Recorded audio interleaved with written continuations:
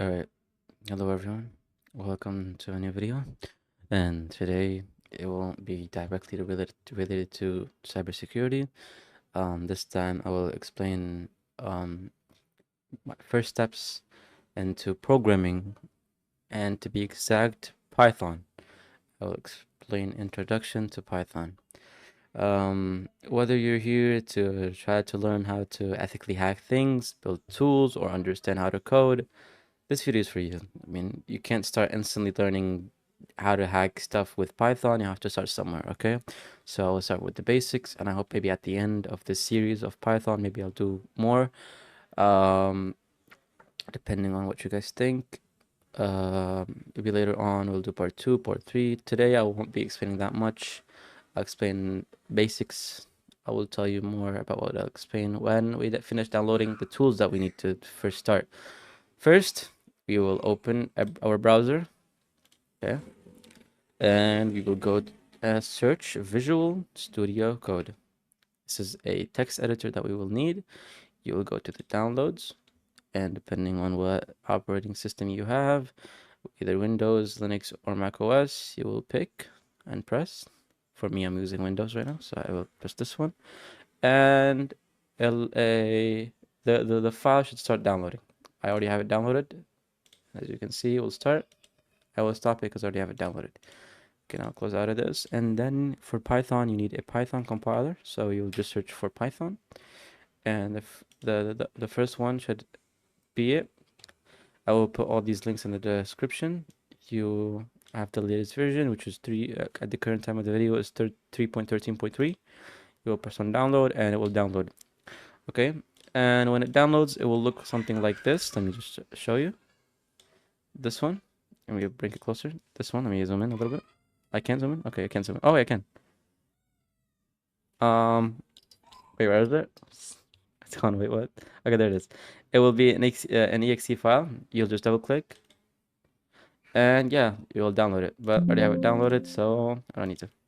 Okay, after everything downloads, you will open the Python and you will download when it downloads. Then you will open Visual Studio Code, as I will do right now. It should look something like this without the wallpaper and the theme, but it should open like this. You will do open folder, and you will go to where you want to start the folder. For me, I will do it in my coding folder. You will do right click and new folder. Okay, for me, I already have one. It's called Python. We'll select this folder and open it. Okay, the file name should be up here, as you can see. First, we need an extension to download. You will press the little funnel. Let me zoom in. You will see this funnel. You will press on the funnel and you will see press most popular. Then you will search for Python. As you can see, the first one that's made by Microsoft and has 170 million downloads. Download this one. And if you want, you can search for Google or Ask ChatGPT for other extensions. But for now, since we're beginners, we won't be needing anything else. After everything finishes, okay, you can either press this button right here, new file, or you can right click down here and press new file. Either way, same thing. Now we will name our folder that we will write the code in. I will call it hello, and after the name you pick, you will do .py for Python. Okay, and it will open something like this. And we'll start. Okay, now let's start. The first thing you learn in any coding language, no matter what it is, it's the method that you use to declare something on the screen. In Python, it's called print. Okay, you write print and you open two parentheses. Usually when you open the first one, it closes it by itself, depending on the text editor you're using. But if you're using Visual Studio Code, it will automatically close it. After you do it, in the parentheses, you will do double quotations. As I said, when you do the first one, it will auto close it for you, and you will write "Hello World." If you ever seen someone write code or anything, or maybe when you're learning code, you always see the phrase print hello world. Now, when I run this code, doing Control F5, you will see hello world. It displayed the text I wrote inside this in the terminal for me. Okay, So why did we do double quotations? Okay, the reason why we did double quotations is we wanted to declare this as a string. What is a string? I will explain. Let me first delete the double quotations. Okay, well, okay, it's already giving us errors. Okay, now let me run it. 5. Invalid syntax. Okay, what? Why is it invalid? I mean, it's the same thing. Why is it not working? Okay, the reason it's not working because this isn't anymore a string. What is a string? We have data types in coding, okay? We have string, integer, float, boolean, and char. What are all those? A string is pretty much a text, okay? Usually when you do a string, you do double quotations or a single quote and you write text in it, okay? Like, is it any kind of text? Yeah, it is any kind of text, word, message, anything related to text. Okay, what else do we have? We have integer. Okay, I will just write int. Int is just a number. It could be negative, it could be positive, but it cannot be a decimal. Okay, what if I wanted a decimal? That's where the float comes in. Float is a number that comes with a decimal. Okay, it can have like other things. For example, let's say if you use the program and rather than using float, rather than using int, you used float, and the user entered like 53. Okay, it will do 53.0 because it's a decimal. It's used as a decimal. So that's pretty much it. The difference between int and float is one is a normal number and one is a decimal. Okay. What else do we have? I said boolean. Boolean. We'll just write bool. This one, it's either true or false. Usually, when you declare a boolean, it's usually when you name him. Usually, it's is something. For example, if you want to check if a student is a student, is if the user that is using this program is a student, you would say is student equal true or false to check if the student is either, if it's true, that means he is a student, or false, that means he isn't. That's why we use is something, okay, to check. It's better. You can name anything you want, but like as I said, it's just better. And finally, we have character or char. Char or character is pretty much a single symbol, letter, number, whatever. But when anytime you put a number, and I should say this, anytime you put a number in parenthesis or single quote, I mean it's not parenthesis, in quotes, either double or single, I will show you. If we do char plus 1, so we're just checking 1 plus 1, right? So it should put 2 when we print, but it gives us an error. Why does it give us an error? Because this isn't considered a number anymore when you do it. When you do this, if it's a char or a string and you put a number in between quotations, it isn't, the program does not consider it as a number anymore. It considered as 1, like not the number 1, it's just 1. I don't know if I can explain this, but if you saw the way it ran, I will show you, like maybe if I draw it out. Okay, so when you do 1 like this, wait, I should pick a different number because I'm gonna draw the quotes so horribly. Okay, I'm gonna do 1. These are single quotes, okay, but like they're huge single quotes. I don't even know. And the difference between a normal one is that the compiler does not understand this as a number anymore. It sees it as normal text. Okay, so like this is normal text for it now. And this is a number. So when you want to use a number as an actual number for multiplication, for plus, for minus, you do it without. But if you want to write a number out for someone, like, hey, you are the first customer, you would do this. Okay, like, okay, I think the second example was horrible, but you get what I mean. Okay, so now we took the displaying something on the screen, the print. We took variables and data types, as we said, string, integer, float, boolean, and character. Now I will do, what if, so far we've been just putting the input ourselves. We've been name equal this equal this equal this. We are picking what we want it to equal. What if we want the user to input something? What if we want the user for them to enter something? This is where we use the input method or function. Okay, let's say I want name equal, okay, I want the user to enter. What would I put here? If I put double quotations and I put Zen, I pick the name. So now every user that enters it will be called Zen. Okay, what we will do is we will write input. We can either leave it empty if we want the user to enter it, and like we maybe wrote something above it like print. Okay, or we can write inside here. Same, okay? Doesn't matter. Now the user, I will print the name, okay? Now the user will enter, okay? For first, that's under Zen. Now I will rerun the same code and I will put something else. Let's say, Mike. See, it's different. What I pick is displayed as name. Okay, but this is for a string. Okay, the name is a string. What if I want an integer, a number, an age, you know? It won't be the same. It will be input, but there's something different about it. Okay, age. Let me put this both so you can see the difference. Now I will say age. Okay, we won't put input as it's showing us recommended, because then it will take, as we said, the number as a string. We will do int.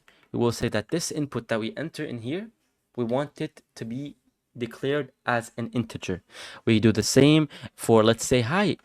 We do float input. The input that the user enters, please make it a float. Same with Boolean. Is student. Okay. We will say bool, not bully, sorry, bool, as short for Boolean. Okay, let's continue. So this is how we declare an input for the user to input something. Now, probably the most important thing, the if statements. Let's say the user entered a number as his age, and we want to check if he's an adult, a teenager, or a child. Okay, if he's above or equal 18, he's an adult. If he's above 12, he's a teenager. And if he is none of those, that means he's a child. Okay, how do we do that? Let's first start by doing age. We let the user, and as we said, input, enter your age. Okay. We do if. Okay, if this condition is met, then do this. If age, okay, first let me now we will use the greater than, less than, or other symbols to do the condition. Okay, I will write I will write the first one and I will explain. Okay, okay, now I will open Paint to explain. Okay, so we wrote if age. Okay, now here what we will enter. Okay, because we want 18. Okay, we do these two dots at the end. Okay, so we can we do these two dots at the end, so we can differentiate, the program can differentiate between the condition, this condition, and what we want it to do. Okay, so what will we use here? If the age is above 18, we will do greater than. So we will use the greater than. If we want to say if the age is as we want right now, if it's greater or equal to, we will do greater than and equal. What if we want the age to be less than? We will do less than. What if we want it to be less than or equal? Like this. What if we want the age to be exactly 18? What if we want to make sure the user is exactly 18? We will do double equal, because when we do single equal, usually when you're writing, you do age equal this, blah, blah, blah, blah, blah. When we do single equal, we're saying that this age is equal to this. When we're doing double, we're saying if this equals this. Okay, so there's difference between a single and two. Okay, and if we remove, and if we do age, okay, like rather than putting two equals, we do an exclamation mark equal. We're saying if age doesn't equal 18. Okay, let's continue. So here we said if age is greater than or equal to 18, print, as we said, you're an adult. Okay, but how will we do the other conditions? I mean, if we write print you are a child, because we said we wanted to check if an adult, teenager, or child. I mean, if I enter, no matter what I enter, if I enter 18, it will say both. And if I do another if condition, I will just cut this and do if age. We said if he's above 12, that means he's a teenager, right? Okay. Wait, let me just, it gave me, yeah, okay. What if I entered 18 again? Okay, why did it show 2? This is where the else if comes. Okay, if we declare two ifs outside of each other, they're gonna be seen as different. Okay, but when we do ELIF, ELF, which is pretty much else if, so if the first condition, which is if the age is above or equal to 18, isn't met, okay, then we want to check if age is above or equal to 13, or I should say, yeah, let's do 13. Then we will say you are a teenager. Okay, we can do another else if, or we can do an else if that's it, that's all we want. So if the user is above 18 or equal to, if above or equal 18, that means he's an adult. So we take from 18 to 100 plus. So those all are taken by the first condition. Then if the user is above or equal 13, that means we're taking from 13 to 18. What's left is from 0 to 13. So what would we do? Why would we do else if? I mean, that's it. There isn't any more left. So we will just do else. Else is pretty much if the first two conditions are not met, that means the last one will be met, which is else. Okay. Now let's run this code. Enter your age. Let's say I'm 18. You are an adult. Let's do it again. Let's do this time. I'm 14.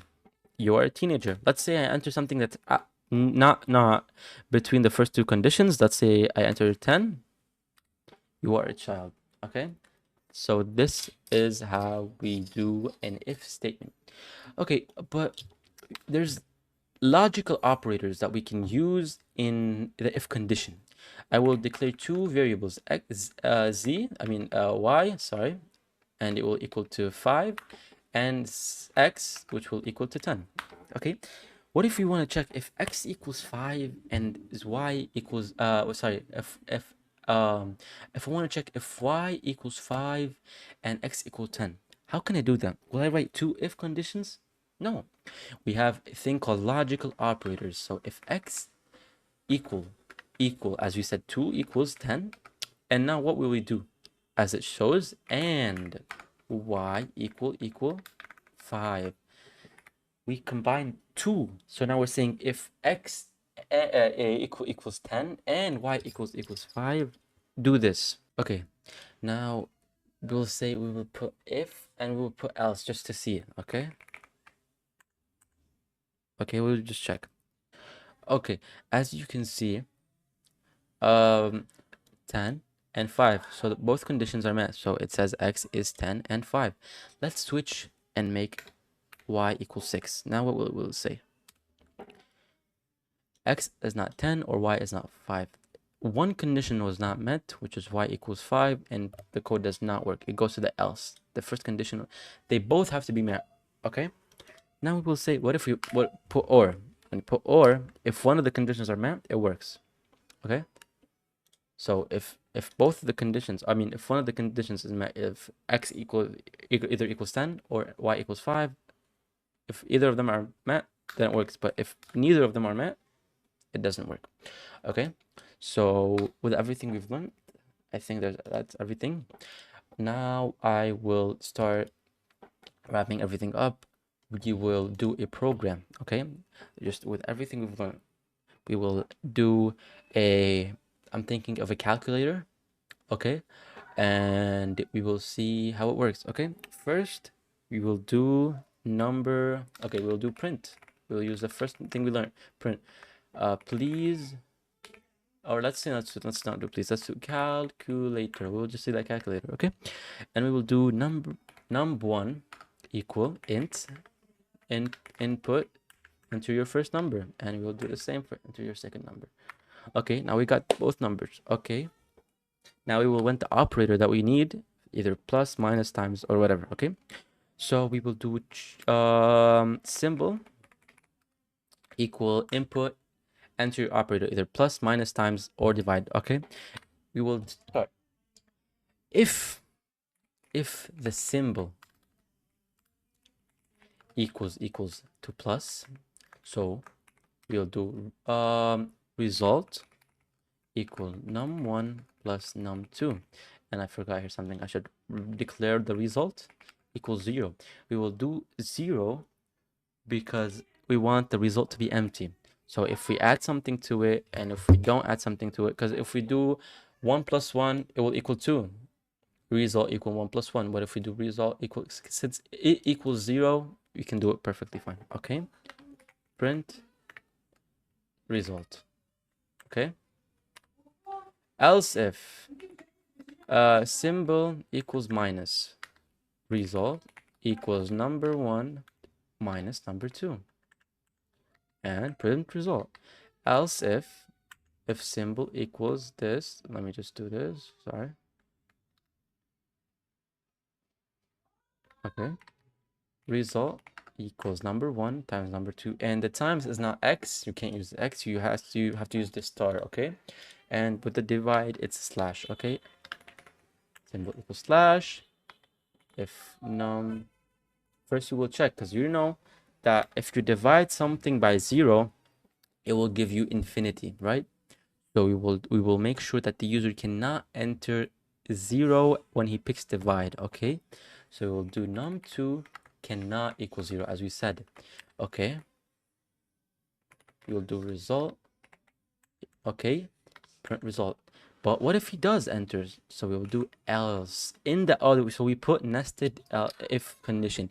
Put if the symbol equals divide, and if at the same time we want to check if it equals divide, number 2 cannot equal 0. If it is 0, we will say error. We will just say error. Okay, but if it isn't 0, then it will continue. Okay, these are all the conditions. What if the user doesn't enter any of the operators? What we will do? We will do else print invalid operator. Okay, is everything working fine? Let's check. Let's do 1, 1, and plus 2. Let's do it again. Let's do 5, 5, 10, plus 15. Let's do something a little bit more complex. Let's do 100 times, 100 random numbers. I don't know, to just prove it works. And we will do times. As you can see, it works. Now let's check. Let's say I entered 10 divided by, wait, sorry, oops, sorry, I meant to run again. 10, 0, and we do divide, error. Okay, so that's everything for today. I hope you enjoyed the video. If you have any comments, any questions, anything, please comment. Please tell me if you would like to see part 2. I hope you enjoyed. Thank you for watching, and see you next time. Take care.